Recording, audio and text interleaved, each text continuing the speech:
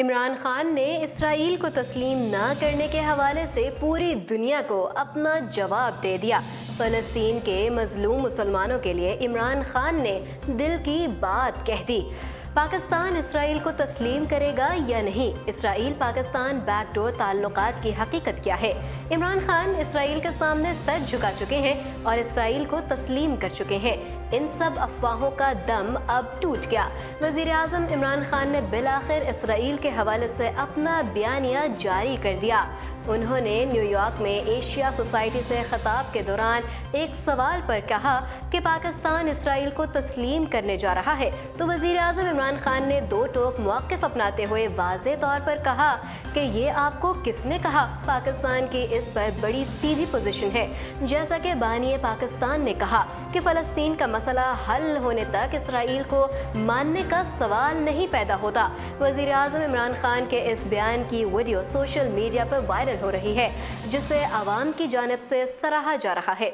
Social media सार्फिन ने कहा कि गुज़श्ता कुछ माह से पाकिस्तान की जानिब से इसराइल को तस्लीम किए जाने के मामले पर क़यास आराइयाँ और चहमगोइयाँ हो रही थीं, जिसकी हुकूमत ने बारहा तरदीद भी की। और अब वज़ीर आज़म इमरान खान ने बैनुल अक़वामी फ़ोरम पर भी इस नज़रिए या इम्कान की वाज़ेह तरदीद कर दी, जो इस बात का वाज़ेह सबूत है कि पाकिस्तान इसराइल को तस्लीम करने का कोई इरादा नहीं रखता। वज़ीर आज़म इमरान खान के इस बयान के बाद पाकिस्तान और पाकिस्तान की मौजूदा हुकूमत के ख़िलाफ़ प्रोपेगेंडा करने वालों को मुंह तोड़ जवाब मिल गया। इसके अलावा न्यूयॉर्क एशिया सोसाइटी से ख़िताब करते हुए वज़ीर आज़म इमरान खान ने मज़ीद कहा था कि मकबूजा वादी में खून रेज़ी का ख़दशा है। अक़वाम मुत्तहिदा और दुनिया मसला कश्मीर पर फ़ौरी एक्शन ले। पाकिस्तान और भारत में कशीदगी बढ़ सकती है, जंग की धमकी नहीं, दुनिया को संगीन सूरत हाल से आगाह कर रहा हूँ। वाज़ेह रहे कि इस दो टोक बयान से पहले भी इमरान खान इसराइल को तस्लीम ना करने के बारे में अपना दिल खोल कर बयान कर चुके हैं। सीनियर सहाफ़ी हामिद मीर ने अपने एक कॉलम में इमरान खान की नज़रियात के बारे में खुलकर लिखा था।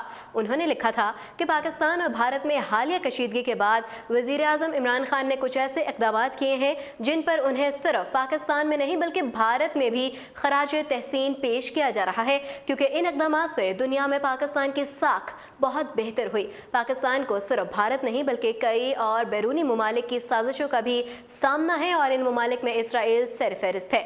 26 फरवरी को बालाकोट के करीब जाबा में भारतीय एयरफोर्स के हमले के बाद से आलमी मीडिया में ये इतलात गर्दिश कर रही हैं कि इस हमले में भारत ने इसराइली साख्ता असलहा इस्तेमाल किया था।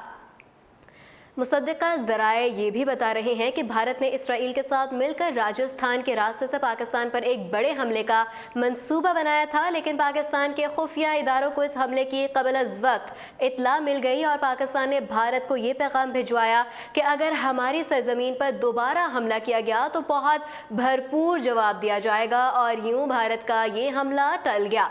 भारत और इसराइल के इस पाकिस्तान दुश्मन इत्तेहाद के तनाज़ुर में कुछ दिनों से इमरान खान को ये मशवरा दिया जा रहा है कि हमें भारत और इसराइल का इत्तेहाद तोड़ने के लिए इसराइल के साथ सिफारती ताल्लुकात कायम कर लेना चाहिए। इमरान खान को ये मशवरा 26 फरवरी के भारतीय हमले से पहले भी दिया गया था और 26 फरवरी को भारतीय हमले के बाद भी दिया गया।